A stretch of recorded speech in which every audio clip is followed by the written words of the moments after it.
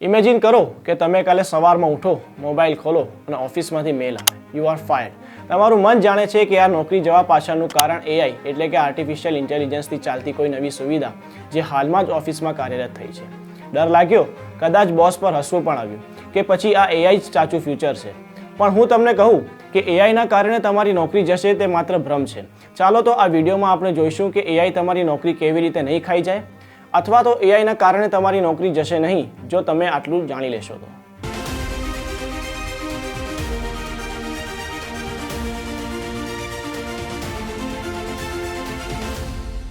Hello everyone, હું છું અબુઝર. નવજીવન એક્સપ્લેનમાં તમારું સ્વાગત છે. આજે આપણે એક એવા વિષય પર કામલી ભણીશું જેમાં એક્સાઇટમેન્ટ પણ છે અને પેનિક પણ. એઆઈ જોબ્સ ખતમ કરશે કે માણસ માટે નવા રસ્તા ખોલશે? આને 100% સત્ય, નો ફિયર, નો હાઇપ લેંગ્વેજમાં સમજીએ.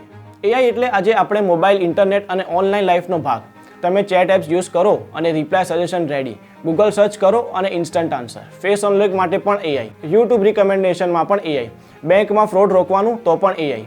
અને જ્યાં પણ મશીન કામ ટેક ઓવર કરે છે, એક મોટો સવાલ ઊભો થાય છે, પછી હ્યુમન જોબનું શું? જૂના વિચારો કહે મશીન આવશે તો માણસ દૂર થશે, પરંતુ એકચ્યુઅલ સત્ય એ નથી. આ સિમ્પલ રીતે સમજીએ. એઆઈ જોબ ટાઇટલ રિપ્લેસ નથી કરતી. એઆઈ એક સરખું રિપીટ થતું કામ રિપ્લેસ કરે છે, જેમ કે data entry, billing, form checking, ticket print, paper scan, sorting, documentation. આ બધું બોરિંગ મેન્યુઅલ કામ મશીન ઝડપથી અને સસ્તામાં કરી શકે. કંપનીનો ખર્ચ ઘટે, માણસના કલાક બચી જાય. તો માણસ એ સમયમાં શું કરશે? Think, create, decide, upgrade. Machine repeat કરે છે, હ્યુમન ઇમેજિન કરે છે. વર્ષો પહેલા લોકો બોલતા હતા કે કાર આવશે તો ઘોડાવાળા ખતમ. રિયાલિટી, કારને લીધે હાઈવે બનાવાયા, પેટ્રોલ પંપ આવ્યા, ડ્રાઇવિંગ ટ્રેનિંગ, મેકેનિક, લાખો જોબ. પછી લોકો બોલ્યા કોમ્પ્યુટર ઓફિસના લોકોની નોકરીઓ ખાઈ જશે. પરિણામ, IT software, internet, app economy, લાખો જોબ. મતલબ એઆઈ માટે પણ એ જ ફોર્મ્યુલા લાગુ થશે. જૂના વર્ક ઓછા, નવા કામ વધારે. જ્યાં કામમાં repeat, rule, yes or no, creativity zero એવું હોય તેવી નોકરીઓ મશીન ટેક ઓવર કરશે. સરળતાથી સમજવા માટે તેના કેટલાક એક્ઝામ્પલ જોઈ લઈએ.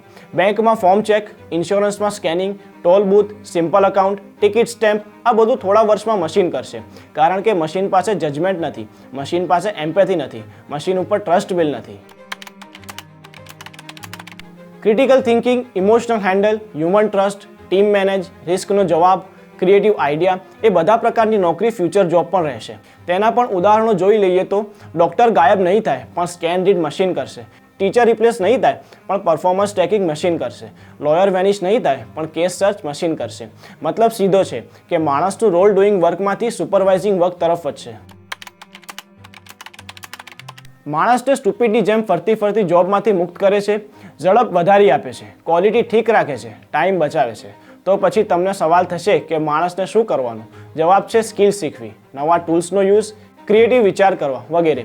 કારણ કે ડર મશીનથી નથી, ડર એમને રહેશે જે શીખવાની ના પાડે છે.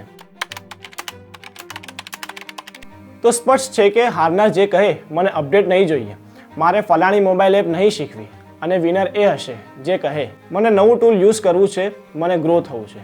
એઆઈ કોઈ રાક્ષસ નથી, એ તો કેલ્ક્યુલેટર જેવું વધુ પાવરવાળું વર્ઝન છે.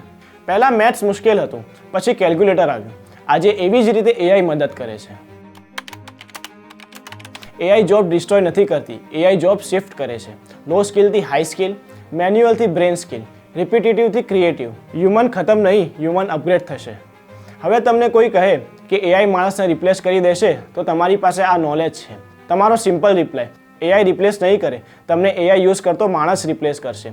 ફ્યુચર એવા લોકોનું છે જેઓ ખુશીથી શીખે છે, શીખવાની ક્યુરોસિટી રાખે છે અને ટેકનોલોજીને સાથી બનાવે છે. Thank you for watching. હું હતો અબુઝર, નવજીવન એક્સપ્લેનથી. મોર ક્લિયર લોજિક અને રિયલ ટેક એક્સપ્લેનર માટે ચેનલ સાથે જોડાયેલા રહો. Take care, good bye. વૈષ્ણવજન તો તેને